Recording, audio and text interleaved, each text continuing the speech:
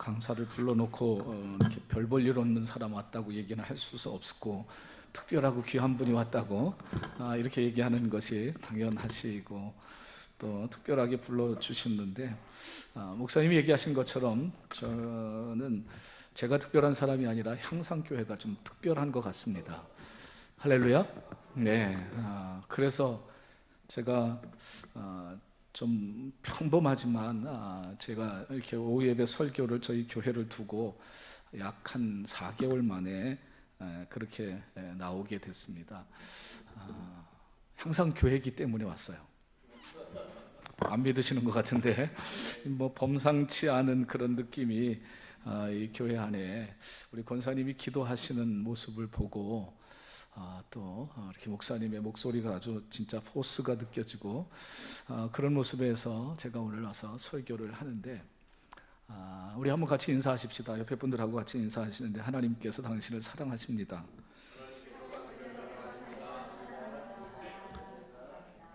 거짓말인 것처럼 인사를 하는 것 같아요.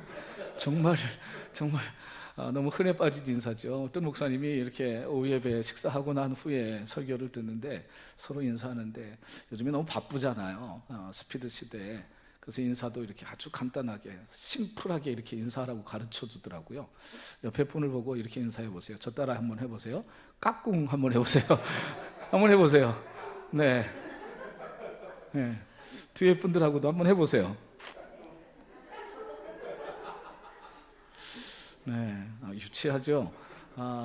근데 때로는 유치하고 단순함 속에 우리의 삶의 능력이 있더라고요. 복잡할 때 오히려 아무것도 나오지 않는 것이 참 많습니다. 제대로 된 인사 해봅시다. 오늘 향상교회가 세워진 지 8년 되셨다 그러지 않습니까? 옆에 분들에게 한번 제대로 된 이런 인사를 해보십시오. 제 마음 속에 내 안에 집사님이 있고, 그리고 또 옆에 분 누가 있습니다. 한번 이렇게 인사해 보시죠.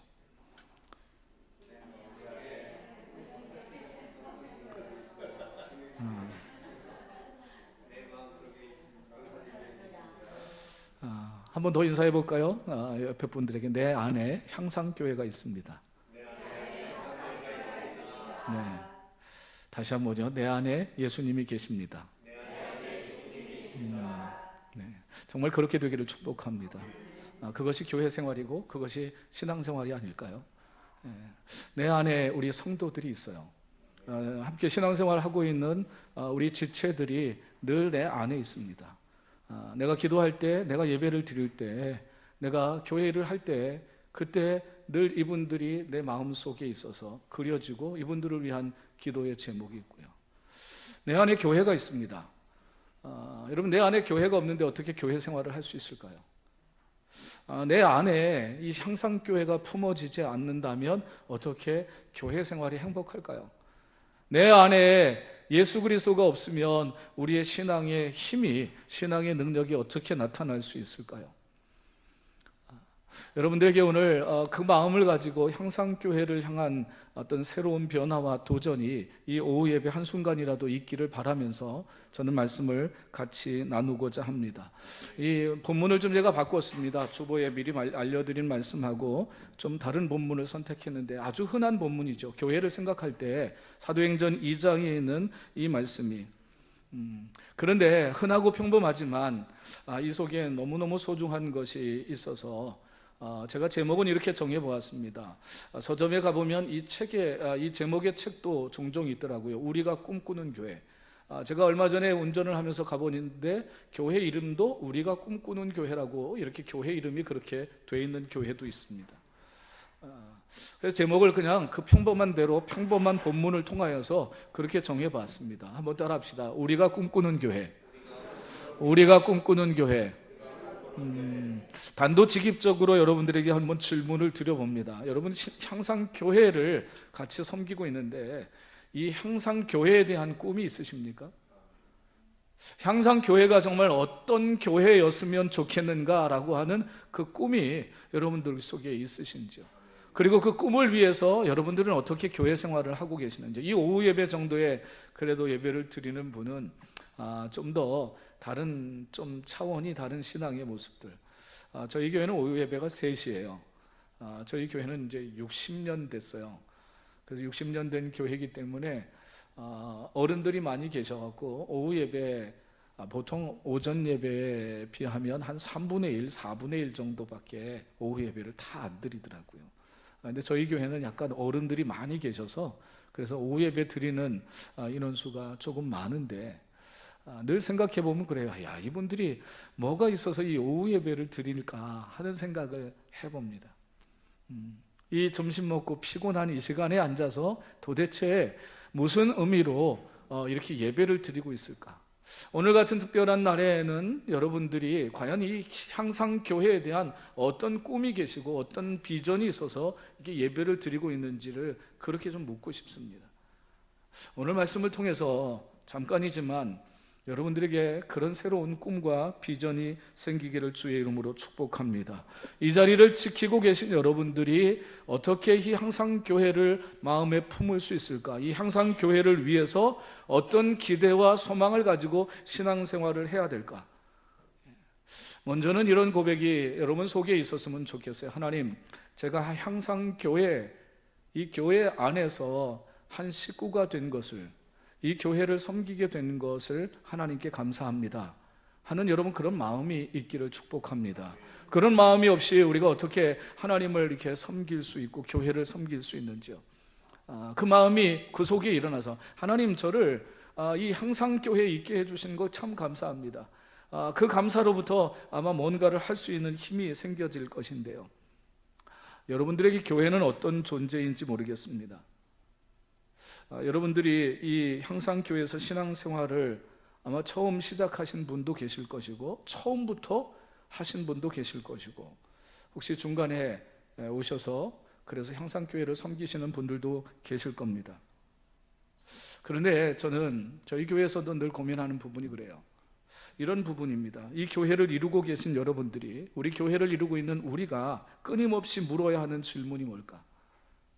처음 이 교회를 세우셨을 때, 하나님께서 향상교회를 세우게 하셨을 때, 그때 하나님의 마음을 우리가 지금도 품고 있는가? 이 교회를 여러분 등록하신 분이 계시다면 이 교회를 등록할 때 그때 가졌던 처음의 마음을 우리가 갖고 있는가? 8년 전에 하나님께서 여기에 이 교회를 세우실 때 그때 그 마음이 있느냐라고 하는 것, 이게 참 중요한 문제 같습니다. 교회는 변합니다. 어떻게 변하느냐 하면 사람이 변하고 환경이 변합니다. 어떤 분들은 교회 왔다가 떠나기도 하고 그리고 계속 남아있기도 합니다. 그것이 교회에 어쩌면 굉장히 힘든 변화이기도 해요. 그러나 그런 변화가 있음에도 불구하고 그건 늘 바뀔 수 있지만 어느 때든 이곳에 들어와 이 교회를 이루는 분들이 가야 할 길은 분명해야 되지 않을까요? 누가 오든지 이 향상교회를 통하여서 이 교회 생활을 하면서 가야 될 신앙의 길은 동일해야 된다는 거죠. 사람에 따라서 그리고 어떤 사건과 프로그램이 따라서 이것이 변할지는 몰라요. 그러나 그런 것들이 다 변한다 할지라도 가야 할 신앙의 길이 분명한 것. 저희 교회에 제가 새가족들이 오면 첫 시간은 제가 담당해서 새가족 교육을 합니다. 늘 할 때마다 저는 이런 질문을 던져요. 왜 어떻게 우리 교회에 오셨습니까? 이유가 늘 다양하더라고요. 그래서 이사를 오셔서 그래서 새롭게 오셨다라고 하는 분들도 있고 우리 교회 어떤 성도님들의 끊임없는 수년 동안의 그런 그 기도와 전도, 청을 통해서 교회에 오시게 됐다라고 하는 분도 계세요. 참 기가 막힌 은혜는 그냥 지나가다가 교회를 찾다가 우리 교회가 딱 보여가지고 그래서 이렇게 들어왔다고 하는 그런 분들도 계시더라고요. 그런 분들은 제가 생각해보면 너무 하나님이 저한테 은혜를 주시는 거예요. 수없이 널려져 있는 교회들, 그 많은 교회들인데 딱 그냥 교회 보고 이 교회 가고 싶다, 그래서 이렇게 들어오게 된 건 참 은혜 중에 은혜예요. 근데 제가 묻는 것은 그런 이유가 아닙니다. 그런 것을 알고 싶어서 묻는 게 아니에요. 우리 교회에 오셨다면 우리 교회에서 생각하고 원하는 것이 뭐냐는 거예요. 우리 교회에서 신앙생활을 해야 될 이유를 저는 좀 발견했으면 하는 마음에서 그래서 그분에게 그런 질문을 던집니다. 오늘 여기 앉아있는 이유가 여러분의 만족에 있는지 아니면 정말 하나님의 사역과 하나님의 마음을 품고 여러분들이 이곳에 계신지, 여러분들이 신앙생활 해나가면서 향상교회에서의 신앙생활의 어쩌면 성패가 저는 거기에 달려있다고 생각해요. 많은 분들이 이곳을 오고 지나갑니다. 같이 예배를 드리다가 때로는 여러분들 주변에 이 교회 안에 사람으로 인하여서 어떤 프로그램으로 인하여서 뭔가 문제가 생길 때가 있어요. 근데 그때 과연 여러분들이 내 이익과 내 목표를 위해서 나의 마음의 어떤 위안과 소망을 찾기 위해서 이 교회 생활을 하고 있는지, 아니면 정말 하나님의 마음을 품고 계시는지, 이것이 저는 교회 생활의 성패를 좌우한다고 생각을 합니다. 우리는 교회 모습을 그려볼 때마다 이 초대교회 사도행전 2장의 이야기를 합니다. 저도 교회에서 가장 중요한 교회의 문제에 대해서 설교를 할 때는 결국 이 흔해 빠진 이 본문으로 저는 이렇게 돌아옵니다. 우리가 결국은 회복해야 될 교회의 모습이 바로 초대교회이기 때문에 그래요. 아주 이상적인 초대교회 공동체의 모습을 그려주고 있는 이 본문인데, 그런데 분명히 알 수 있는 것은 있어요. 뭐냐면 예루살렘 교회 공동체가 처음부터 이상적인 교회는 아니었다는 거죠. 여러분 성경 본문을 한번 잠깐 자세히 읽어보죠. 42절 말씀을 보죠. 42절입니다. 같이 읽어보겠습니다. 시작. 그들이 사도의 가르침을 받아 서로 교제하고 떡을 떼며 오로지 기도하기를 힘쓰니라. 그런데 43절에 좀 이상한 표현이 하나 있어요. 43절 읽어봅니다. 사람마다 두려워하는데 사도들로 말미암아 기사와 표적이 많이 나타나니. 혹시 이 본문 읽으면서 여러분 이 사람마다 두려워한다는 게 초대교회를 보고 있는 외부의 사람들이 두려워한다는 얘기일까요? 아니면 초대교회 안에 있는 성도들이 세상을 향해서 두려워한다는 걸까요? 생각해 보셨어요? 어느 전자일 것 같습니까? 후자일 것 같습니까? 좀 헷갈리죠? 그런데 이 말씀의 의미는 실제 초대교회를 정확하게 진단해 보면 후자입니다. 뭐냐 하면 초대교회 안에 있었던 성도들이, 교회를 이루고 있었던 성도들이 세상이 두려웠던 거예요. 세상이 두려웠어요. 세상에 나가서 내가 향상교회 교인이다 얘기하는 게 부담스러웠고, 세상에 나가서 내가 그리스도인이다라고 얘기하는 것이 실제는 두려웠다라고 하는 겁니다. 그러니까 초대교회는 원래부터 정말 우리가 꿈꾸는 교회 공동체는 아니었어요.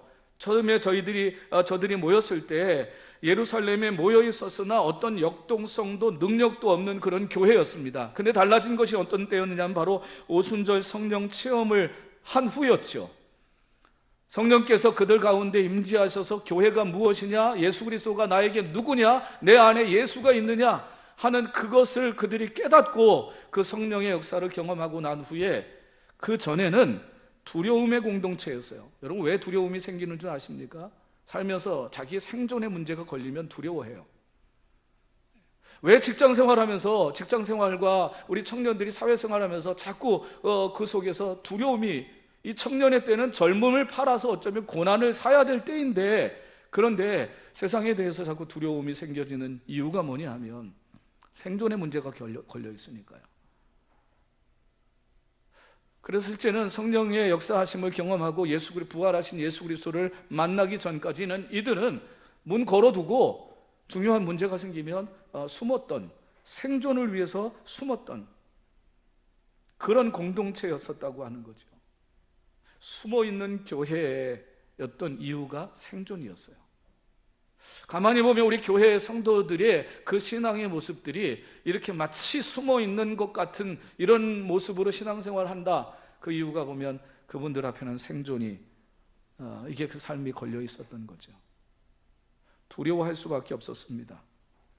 그들을 죽이려고 하는 사람들, 그들의 그 신앙과 삶들을 거부하고 밀어내려고 하는 사람들, 자신보다 세상의 힘이 센 자들에게 자신의 모습이 드러나지 않도록 보호해야 됐기 때문에 이들은 두려워했다고요. 사람마다 두려워하는데, 이 말씀이 저도 이전에는 교회에서 무슨 막 기적이 일어나고 교회에서 어떤 특별한 모습들이 일어나니까 그러니까 세상 사람들이 교회를 보고 두려워하는데 말이 아니잖아요. 의미가 아니더라고요. 특별한 일이 일어나고 교회가 막 성장하고 부흥하고 힘을 발휘하면 두려워하는 게 아니라 어쩌면 부러워해야죠. 그래서 아주 특별한 마음과 눈과 시각을 가지고 봐야 되지 않겠습니까? 이 말씀은 그러니까 그런 의미가 아니에요. 초대교회 성도들이 그들이 모여서 같이 모이기는 했는데 생존 때문에 세상이 두려웠던 그런 공동체였다라고 하는 거죠. 그런데 이제 생존에 매달리는 교회가 아니라 하나님의 비전과 하나님의 사명의 공동체가 된 거예요. 이게 초대교회의 모습이죠. 저는 항상 교회가 그렇게 되기를 주의 이름으로 축복합니다. 하나님 앞에서 이 신앙생활 하는데 하나님 생존을 위해서 신앙생활을 하는 게 아니에요. 그러기 위해서 어쩌면 너무 좀 제가 편협한 얘기일지 모르지만 예수의 이름을 팔아갖고 내가 복을 받고자 하는 그런 신앙이 아니라 그 신앙은 결국 늘 하면 할수록 세상이 두렵습니다.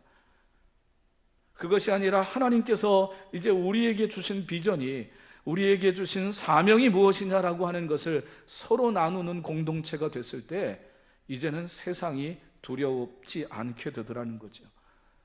저는 우리가 원하는 우리 향상교회가 원하는 교회는 생존을 위한 교회가 아니라 하나님의 비전을 이루는 교회가 되기를 축복합니다. 하나님의 비전을 이루어가는 그 교회의 모습이요. 제 개인적인 생각일지 모르지만 아마 여러분들도 동의하실 겁니다. 저는 비전이 있는 사람이 정말 자존심이 있는 사람이에요. 그 비전도 없으면서 자존심 세우는 사람은 이거는 진짜 껍데기죠. 자존심 까놓고 보면 결국에 아무것도 없는. 그런데 비전이 있는 사람이 정말 자존심 있는 사람이에요. 죄송한 말씀이지만 저희 교회 얘기를 드리면 저는 저희 교회에게 정말 부지런히 기도하자라고 정말 계속해서 강력하게 요청을 해요. 우리 장로님, 우리 권사님들, 장로님들이 8분 계시는데 이분들에게 어느 때는 모아놓고 좀 싫은 소리를 할 때도 있어요. 권사님들에게도 좀 부담스러운 얘기를 할 때도 있습니다. 교회가 교회다움의 모습을 지켜나가기 위해서 해야 될 일. 그러나 또 한편 저는 이런 얘기를 합니다. 우리 교회 큰 교회 만들겠다라고 하는 꿈 버리자. 우리 교회가 무슨 몇천 명 모이는 교회 되겠다라고 하는 얘기 저는 하고 싶지 않다고요. 그러나 계속 기도해야 된다. 그리고 주어진 사명 감당해야 된다. 교회의 직분자들이 죽어 있으면 그리고 그 교회를 세워야 될 사람들이 죽어 있으면 교회는 사명을 잃는다고요. 제가 원하는 것은 저희 교회가 몇천 명, 저희 교회 한 350명 어른들 이렇게 예배를 드립니다.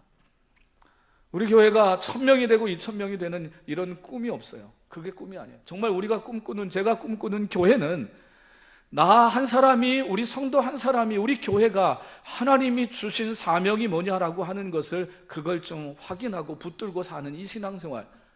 그래서 세상이 두려운 게 아니라 정말 우리의 사는 모습을 보고 야, 저 사람들은 어떻게 저렇게 살 수 있어? 저렇게 작은 무리가 어떻게 그렇게 강하게 살 수 있어? 라고 하면서 세상이 정말 두려워하는 그런 모습의 교회인 겁니다. 꿈꾸는 교회는 바로 그런 교회예요. 저는 향상교회가 정말 그런 교회가 되기를 간절히 축복합니다. 교회에 대한 소망이 여러분 어디에 있습니까? 무엇 때문에 세상과 우리가 비교가 되고 다른 사람과 비교되어서 우리가 주눅 들고 정말 자존심 있는 사람은 비전이 있는 사람이에요. 자존심을 강하게 세우는 사람은 꿈이 있는 사람이거든요. 왜냐하면 생존이 두렵지 않기 때문에요. 생존 때문에 헛된 자존심 내세우지 않습니다. 사명을 새기는 교회는 어떤 교회인가? 이 흔해 빠진 본문 속에서 한번 좀 찾아보죠. 첫째, 따라하겠습니다. 사도들의 가르침을 받아. 오늘 본문은 성령을 체험한 사도들의 가르침을 받아 교회가 어떤 모습으로 변화되고 있는지를 설명을 하고 있어요. 복음이 이들의 삶을 어떻게 변화시켰는지를 분명하게 밝히고 있습니다. 여러분, 복음을 발견하면, 한 사람에게 복음이 들어가면 정말 아까 좀 인사한 것처럼 내 안에 예수님이 있어 라고 여러분들이 우리가 할 수 있게 된다면 세상이 변하는 걸 원하는 것이 아니라 내가 변하는 걸 원합니다. 내가 변하는 걸 원해요. 내가 변하는 것을 추구해요. 그게 목적이에요. 그게 원함이에요. 내 안에 예수님이 계시고 내 안에 복음이 들어가고 내 안에 사명이 들어가면, 그러면 하나님, 내 주변이 좀 이렇게 달라졌으면 좋겠습니다, 내 환경이 이렇게 펼쳐졌으면 좋겠습니다 라고 하는 그 기도가 어쩌면 우선이 아니라, 하나님, 제가 하나님의 사람답게, 신앙인답게 그렇게 제가 좀 성숙하게 해 주옵소서. 그렇게 기도하는 것이 달라지는 거죠. 내가 변하면 세상이 다르게 보이기 시작하지 않을까요? 사랑하는 우리 향상의 가족 여러분, 우리 인간에게 자신의 내면을 바라보고 살아가는 삶의 모습을 가진다는 건, 그건 참 아름다운 모습입니다. 자기 자신의 내면을 좀 살필 수 있는 삶의 모습, 그게 자존감이 아닐까요? 하나님 안에서 내 자신을 발견하는 사람이 가질 수 있는 마음, 그게 자존감이죠. 하나님께서 내 삶을 주관해 주심을 알기에, 내가 그것을 믿기에, 내가 때로는 이렇게 찌그런 깡통 같은 존재로 취급받을지 모르지만 나를 향한 계획이 있으심을 믿기에, 내 자신의 내 삶의 내 인생을 그렇게 막 흘러보내지 않고 허비하고 싶지 않은 이 소원이 그 속에서 일어나는, 그것을 하나님을 향해서 자꾸 구하는, 주변에 늘 누구 때문에 혹은 환경 때문에 라고 하는 말을 입에 달고 있는 사람이 아니라, 그게 변했으면 좋겠습니다 라고 하는 것이 기도의 제목이 아니라, 복음이 살아있는 사람, 부족하지만 자신의 삶에 하나님만을 의지하고 하나님을 바라보겠다라고 하는 결단이 자꾸 새로워지는 사람, 자신의 삶에서 이루어지는 하나님의 역사를 기대해보는 사람 말이에요.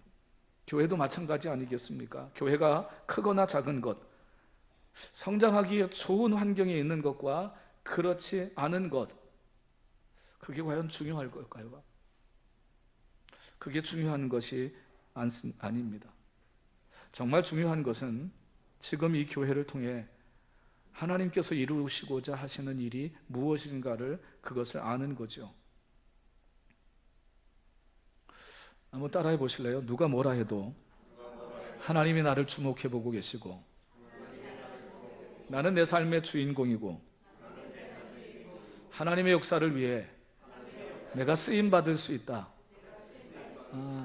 여러분, 이런 얘기가 자연스럽게 자기 자신의 독백 속에서 신앙생활에서 흘러나와 보셨어요? 누가 뭐래도 나는 하나님의 사람이라고요. 하나님의 일들을 위해서 내가 쓰임받는다고요. 교회를 향한 소원도 똑같은 거 아니겠어요? 제가 대답이 좀 두려운데, 분위기가 약간, 여러분 정말 향상교회를 사랑하십니까? 향상교회 사랑하십니까? 네. 그 향상교회를 사랑하는 마음이 이 교회가 감당해야 될 여러분 사명과 연결될 수 있기를 간절히 축원합니다. 사명을 새기는 교회, 하나님의 역사를 기대하고 하나님의 사용하심에, 그 하나님의 필요하심 때문에 존재하는 교회, 그렇게 하나님 앞에 서는 그 신앙의 모습들, 꿈꾸는 교회는 바로 그런 교회입니다. 부지런히 사명을 새기는 거예요. 자꾸 흩어졌던 마음이 다시 사명으로 모아지는 겁니다. 이 일 저 일로 분주하던 우리의 모습들이 다시 하나님이 향상교회를 세우신 이유가 뭐냐, 8년 전에 하나님께서 이 교회를 세우셨던 이유가 뭐냐, 그 사명으로 이렇게 모여지는 거죠. 그게 가르침 아니겠습니까?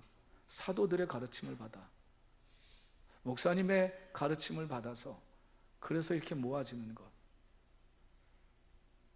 두 번째는 사명을 스스로 몸에 새기는 교회는, 둘째로 따라합시다, 기도하기를 힘쓴다.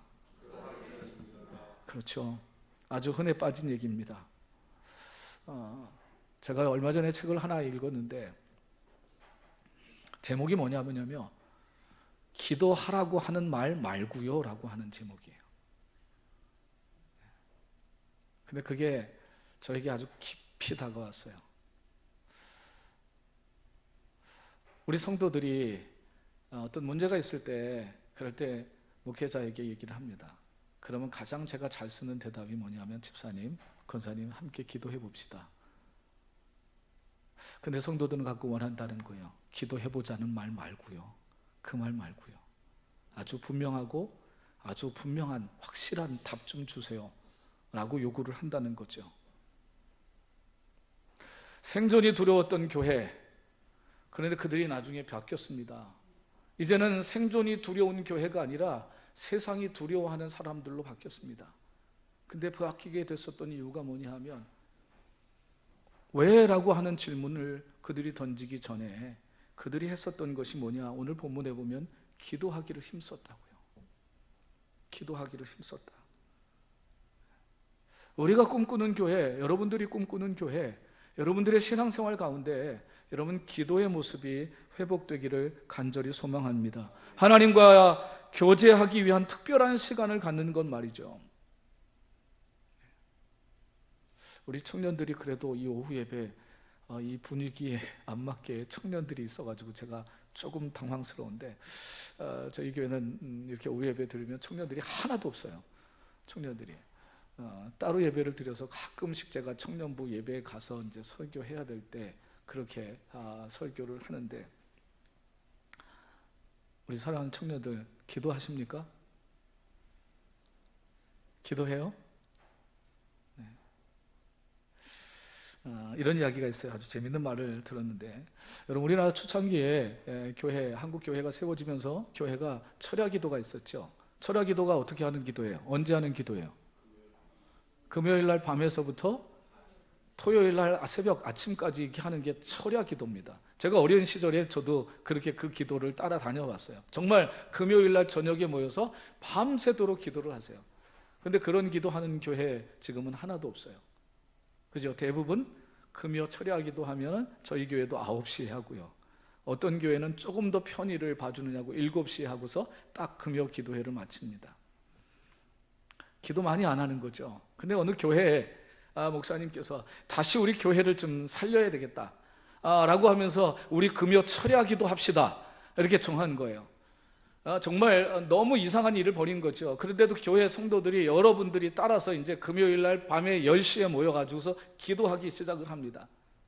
저희 교회도 금요일 날 9시에 철야 기도를 하면 교인들이 직장 마치고 이렇게 오신 분들이 참 많아요. 그래서 설교를 뭐 한 20분 30분 하는데 그 시간에 졸아요. 조는 분들이 참 많아요. 당연한 거 아니겠어요? 하루 종일 근무하고 일주일 내내 근무하고 금요일 그 시간에. 그런데 10시부터 모여갖고 철야를 한다고 하니까 마음에 새로운 용기를 내갖고 모이긴 모였는데, 그래서 이제 기도를 하는데 10시 넘어가고 11시 넘어가고 12시쯤 되니까 어떻게 됐을까요? 모인 분들이 다 자는 거예요. 다 자는 겁니다. 근데 한 분이 깨서 기도를 열심히 했었어요. 한 분이 막 열심히 기도하고서 기도하는데 깨보니까, 눈을 떠보니까 다 자는 거예요. 다 졸고 있는 거예요. 아니 뭐 조는 게 아니라 거의 고개를 떨구고 막 자고 있는 수준이에요. 근데 열심히 기도하던 이분의 마음에 무슨 생각이 들었느냐 하면, 이 마음속에 다른 사람들을 이렇게 비판하는 마음이 든 거예요. 진짜인지 아닌지 모르겠지만 이분이 하나님 앞에 기도하다가 이렇게 기도를 했대요. 하나님, 우리 교회 지금 장로, 집사 할 것 없이 지금 다 저 모양입니다. 하나님 얼마나 기도하자고 모여놓고 잠자는 게 하나님 얼마나 민망하십니까? 하면서 하나님 앞에 기도를 드렸대요. 그때 하나님께서 그 사람에게 뭐라고 대답하셨는지 아십니까? 진짜 그러셨을 것 같아요. 야 아무개야, 너 그렇게 깨어서 남이 흉이나 볼 것 같으면 너도 자라. 그러더래요. 너도 자라. 제가 교회 생활 가운데 간혹, 저는 참 기도가 정말 목사로서 가르쳐 주는 거지만, 그리고 소원인데요. 근데 기도 열심히 하는 분들 가운데서, 교회 오래 섬긴다는 분들 가운데서 자기 자신도 모르게 빠져 있는 이 죄의 유혹의 모습이 바로 그 모습이더라고요. 나 열심히 일을 하는데, 내가 열심히 이렇게 봉사하는데, 그런데 다른 사람은 그거 참여 안 하고 있어요. 열심히 하면서 주님을 바라봐야 되는데, 열심히 하면서 정말 하나님을 구해야 되는데, 그런데 다른 사람 보고 하나님 앞에 그 사람 이르고 있는 거죠. 하나님께서 그 사람에게, 아니 오늘도 이 땅에 있는 성도들에게, 저에게 그렇게 말씀하시는 것 같아요. 야, 그러려면 목회 그만두어. 야, 그러려면 직분 너도 그만둬. 그 직분 내려놓고 평신도 해. 뭐 누구 집사, 누구 권사, 누구 이렇게 하면서 그걸 비난하고 매일 판단하려고 한다면 너도 그만둬. 그냥 너도 평신도 하는 게 나아. 하나님이 그렇게 말씀하시지 않을까요? 이들이 무엇을 위해서 기도했는지 전혀 기도하기를 힘썼다라고 말씀을 하고 있어요. 그러나 이들의 기도의 모습 후에 바뀐 것을 보면, 이들이 하나님 우리 뭘 해주세요, 우리에게 환경을 바꿔주세요, 이렇게 기도했던 것은 아닌 것 같아요. 만약에 그렇게 기도했다면 이들은 여전히 그 기도하고 난 후에도 세상이 여전히 두려워할 거예요. 왜? 세상은 달라지지 않거든요. 세상은 바뀌지 않습니다. 내가 원하는 세상대로 이 세상의 환경이 존재해 본 적 여러분 있어요? 한 번도 없습니다. 그럴 수 없어요. 그런데 세상이 두렵지 않게 됐었던 이유가 뭐냐? 이들이 기도해서 자기 자신들이 변했기 때문에 그래요. 자기 자신들이 달라졌기 때문에. 기도가 뭔지 아십니까? 기도를 가장 간단하게 표현한다면 여러분, 기도는 이런 거예요. 요한복음 15장 5절 말씀이에요. 같이 한번 성경을 찾아보십시다. 요한복음 15장 5절.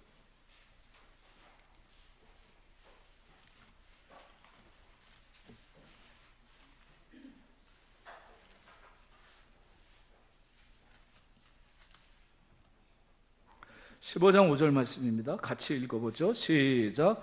나는 포도나무요 너희는 가지라.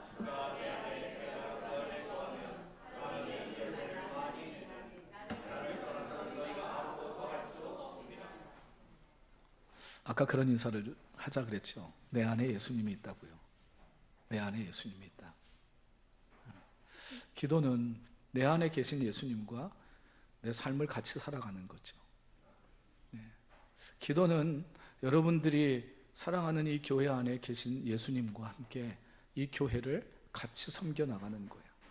내가 주인이 결코 아니라고 고백을 하면서, 이 교회의 주인은 주님이십니다라고 고백을 하면서 말이죠.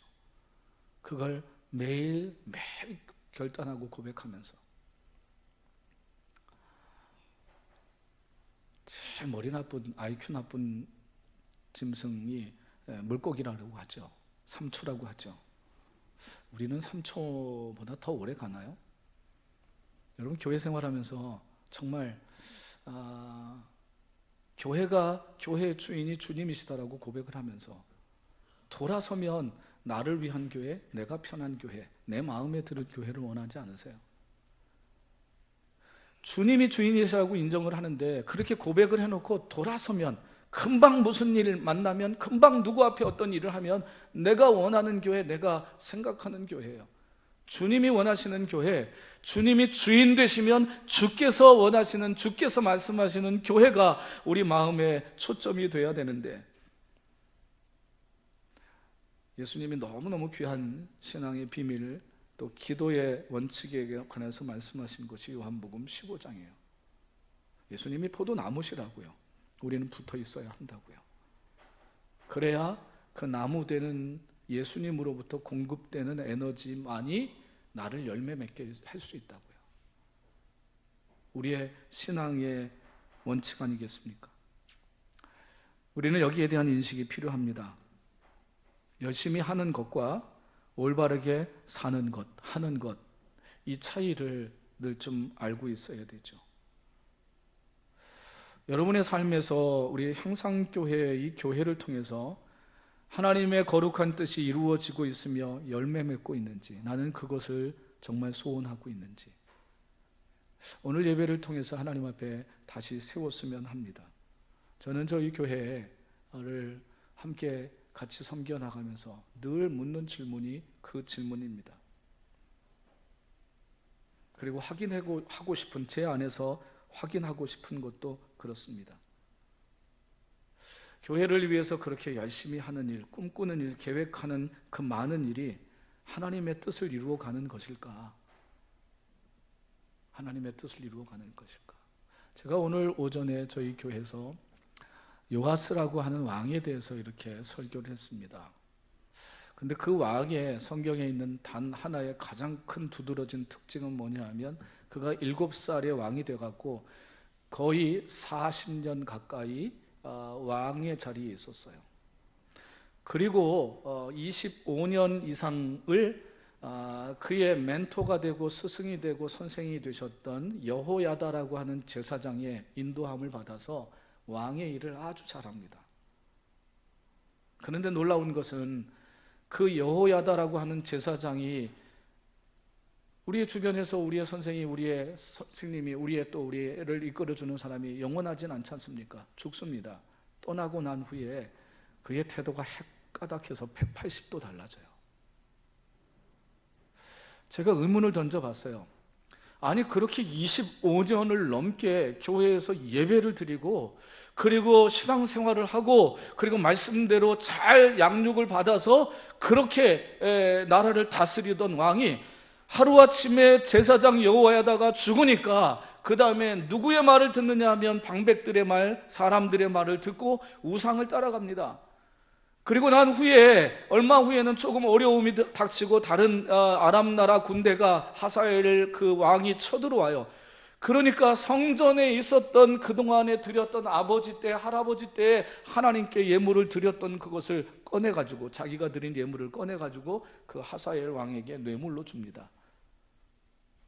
그리고서 우리를 좀 봐달라고 뇌물 받고 돌아가는데 가다가 봐주는 것 같다가 다시 더 큰 군대를 몰고 와서 결국에 요아스를 결국 죽입니다. 근데 요아스가 하사엘에게 죽은 것이 아니라 자기의 부하들이 이제 퇴각을 하면서 그러면서 자기 왕을 더 이상 못 믿겠다고 자기 왕에게 반란을 일으켜서 왕을 죽입니다. 부하들 손에 죽어요.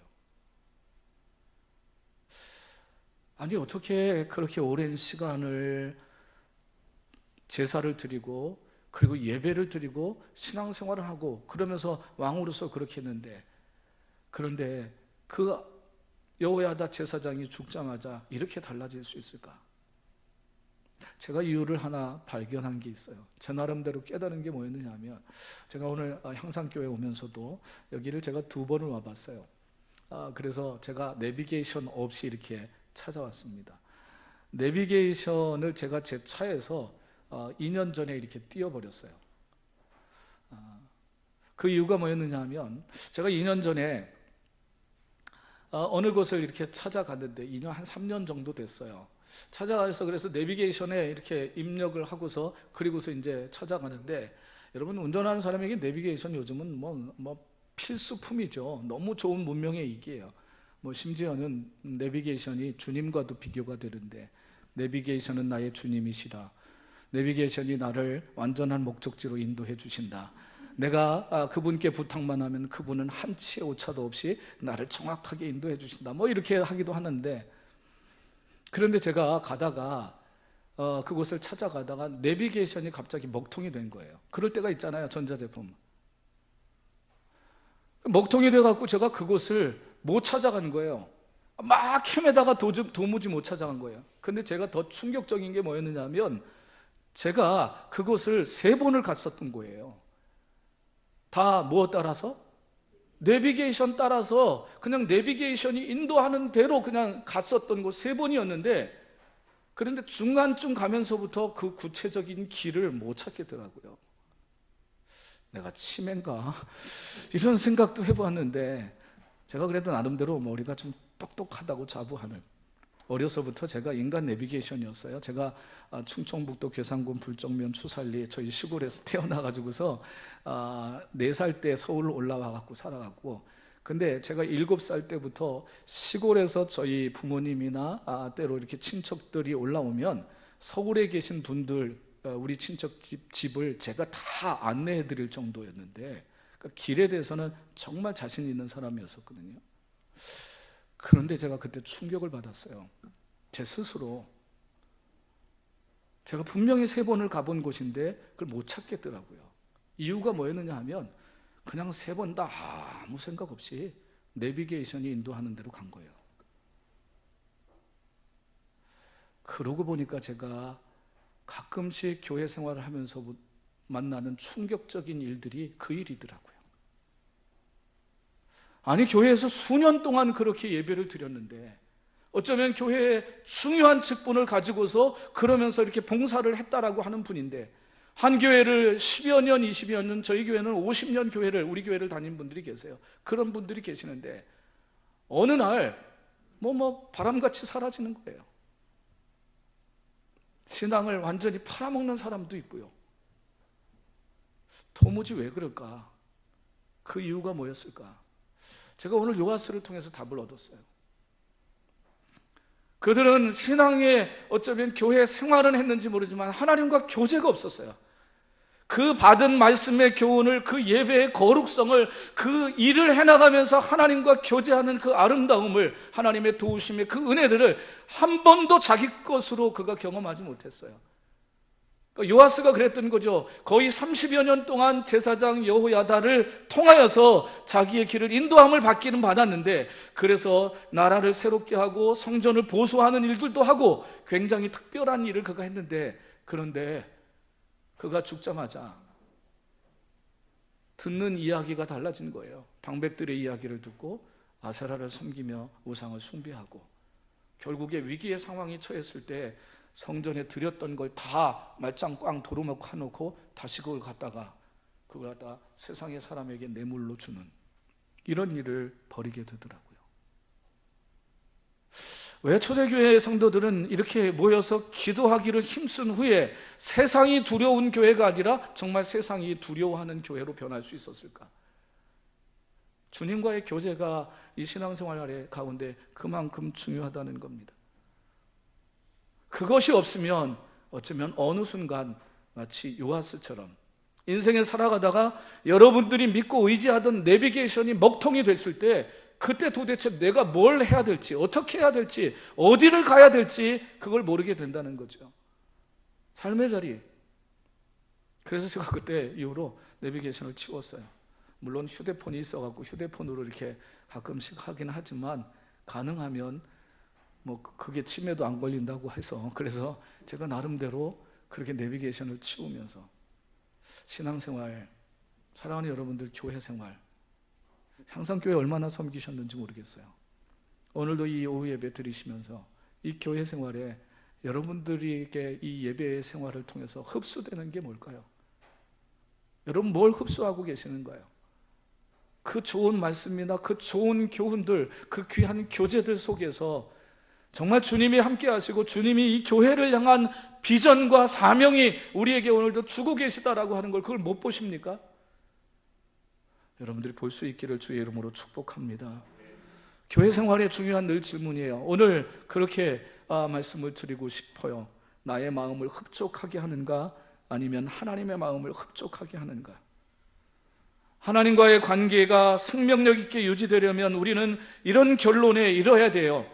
내가 내 신앙을 사는 것 같지만 내가 사는 것이 아니라 하나님의 섭리하심과 인도하심 속에서 내가 살고 있다. 그래서 나는 기도해야 한다. 기도해야 한다. 그래서 우리 교회는 기도해야 된다라고요. 기도해야 된다. 정말 중요한 것은 여러분, 우리의 소원이, 교회 생활의 목표가 내 뜻대로 되는 것이 아니라 하나님께서 인도하여 주셔야 한다는 것. 그것에 우리 향상교회의 마음이 모아졌으면 좋겠어요. 시편 성경을 한 구절부터 더 찾아봅시다. 시편 107편 28절부터 30절입니다.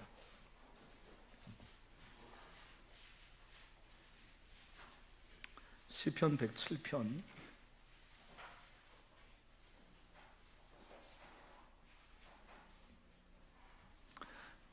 28절부터 30절까지인데요. 함께 읽어보십시다. 읽습니다. 이에 그들이 그들의 고통 때문에 여호와께 부르짖으매 그가 그들의 고통에서 그들을 인도하여 내시고 광풍을 고요하게 하사 물결도 잔잔하게 하시는도다. 그들이 평안함으로 말미암아 기뻐하는 중에 여호와께서 그들이 바라는 항구로 인도하시는도다. 아멘.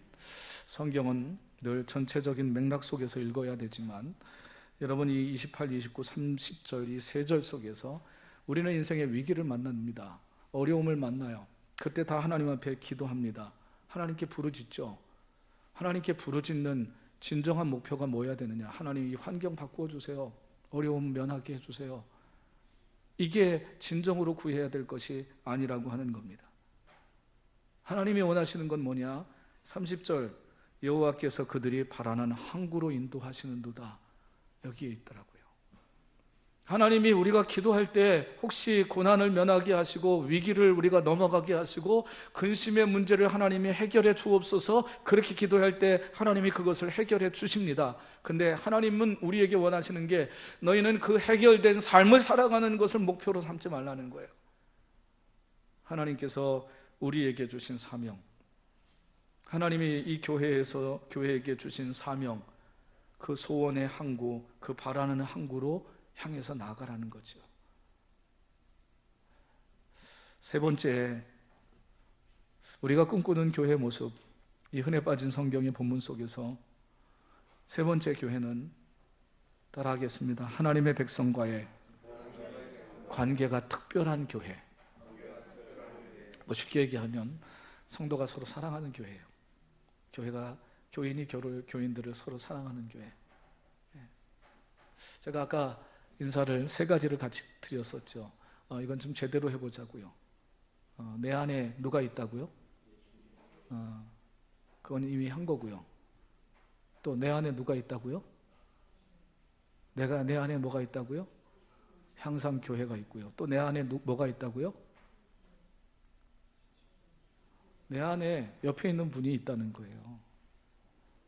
여러분, 내 안에 옆에 있는 분이, 우리 집사님이, 우리 청년이, 우리 서로가 나의 신앙생활 가운데 있어야 될 줄 믿습니다. 네, 그게 교회 생활 아닐까요? 초대교회, 우리가 꿈꾸는 교회는 바로 그런 교회예요. 교회가 수백 명, 수천 명 되는 교회를 꿈꾸는 게 아니라 정말 꿈꿔야 될 교회는, 교회 생활은 뭐냐? 내 안에 예수님이 계시고 내 안에 향상교회가 있고 내 안에 신앙생활을 같이 하고 있는 그 지체들이 있는 거예요. 이들이 모여서 오늘 함께 교회 생활하고 있는 우리가 꿈꾸는 초대교회, 아까 말씀드렸죠? 완전하지도 않았다고요. 그렇게 대단하지도 않았다고. 그런데 가면 갈수록 능력 있는 교회의 모습을 발휘할 수 있었던 이유, 교제하며 함께 떡을 뗀다. 교제하며 함께 떡을 뗀다고요. 우리가 잘 느끼는 것 같지만, 것이지만 밥상 공동체는 참 좋은 거지 않습니까? 진정한 밥상 공동체를 향상교회는 이루어 가십시오. 그래서 봉사하는 것이 즐겁고 그것이 감사하고 나눌 수 있는 관계가 되는 것, 남을 배려하는 마음이 있는 것, 자신을 희생할 수 있는 이 모습들, 이건 교회에서만 늘 볼 수 있는 거예요. 그리고 마땅히 교회에서는 늘 봐야 될 거예요. 이렇게 저렇게 사람이 마음이 안 들어서 불편해서 함께하기 어렵다라고 하던 얘기는 교회에서는 점점점 사라져야 되고요. 제가 목회자로서 이런 생각을 자꾸 해야 하지 않을지 모르겠어요. 함께하는 즐거움 때문에 개인적인 즐거움을 포기할 수 있는 사람들, 멋지지 않습니까? 이게 교회 아닐까요? 함께하는 즐거움 때문에 개인적인 즐거움을 포기할 수 있는 것. 교회가 꿈꾸는 건 바로 그런 거예요. 교인들과 이 교회 생활과 함께하는 즐거움이 있어서 나의 개인의 생활에 내 개인의 즐거움을 포기할 수 있게 된 것, 이게 초대교회의 모습이었더라고요. 이들이 무슨 특별히 행한 것은 아닙니다. 그들이 고백한 건 내 안에 예수님이 계시고 내 안에 교회가 있고 내 안에 당신이 있다고, 내 안에 성도가 있다고. 그래서 우리 함께 하나님이 주신 비전을 이루어 간다라고요. 아무리 대단한 사람, 굉장한 일이 나를 기다리고 있어도 먼저 한 약속을 버리지 않게 하나님 앞에 기도하면서, 하나님, 제가 이 교회를 섬기겠습니다 한 그 약속을, 그것을 붙들고 살아가는 이 신앙, 이 교회의 모습. 하나님의 교회에서는 하나님의 사람들을 위하여 자신의 즐거움을 포기하는 사람들이 많이 생기는 것이 그게 교회입니다. 그게 교회예요. 저는 정말 소원합니다. 우리 청년들이 또 우리 어르신들이 항상 교회 안에 이런 아름다움을 이루어갈 수 있기를 축복합니다. 마지막 네 번째 간단하게 말씀을 드립니다. 네 번째는 사명을 그 몸에 새긴 교회는, 따라합시다, 인간의 생각을 뛰어넘는 하나님의 일이 일어난다. 반드시 그래야 되지 않겠어요? 이사야서 55장 8절 9절에 있는 말씀과 같이 하나님이 이렇게 말씀해요. 이는 내 생각이 너희 생각과 다르며 내 길은 너희 길과 달라서 하늘이 땅보다 높음 같이. 하나님이 그렇게 얘기하세요. 참 다르다고요. 정말 다른 것 같습니다. 그런데 그 다름이 교회 안에서는 일치가 되어져 가는 거죠. 그렇게 달랐던 사람이 하나님 안에서 자꾸 같아져 가는 것. 그렇게 되니까 이 부분이 제대로 되더라고요. 처음부터 이렇게 하면 교회는 깨져요. 교회는 문제터렁이 돼요. 사람들의 필요를 따라서 나누어졌다. 이게 만약에 처음부터 이걸 요구했다면 그러면 교회는 교회되지 않았을 거예요. 그런데 정말 하나님 앞에서 사명을 새겨가면서 기도하면서 그리고 하나님의 일들을 이루어가면서 성도를 마음에 품으면서 그 다음에 서로의 필요를 얘기하니까 이게 자연스러워졌어요. 이게 자연스러워져요. 여러분, 교회와 신앙생활과 자기생활에서 욕구가 없는 사람이 어디 있습니까? 필요가 없는 사람이 어디 있어요? 다 있습니다. 이 완투에 대한 욕구들 누구나 다 살고 있어요. 그것 때문에 사람의 본능이 어느 때는 흐트러지기도 하는 것이거든요. 그런데 이 욕구가 드러내야 될 순서가 있는 거예요. 그리고 그것이 그 안에서 제대로 된 기능들이 발휘되면 욕구는 너무 좋은 거예요. 그게 함께하는 소망이 되는 거죠. 우리가 알지 못하던, 우리가 느끼지 못하던 것들이 성도들 사이에서 자꾸 이렇게 튀어나와요. 그래서 함께 한 목적을 이루어갈 수 있는 교회의 모습이 되는 것. 오늘 제가 여러분들에게 좀 부담스러운 말씀을 좀 드렸는지 모르겠습니다. 정말 향상교회 제가 여러 차례 이렇게 부족하지만 설교해달라고 하는 몇 번의 요청이 최근에 있었는데도 어디 갔다 오고 하는 것 저 자신이 피곤하고요. 교회 아침에 3번 설교하고 오후에 또 하고, 또 저도 지금 가면은 5시부터 또 저희 이제 성경 공부 교육이 있습니다.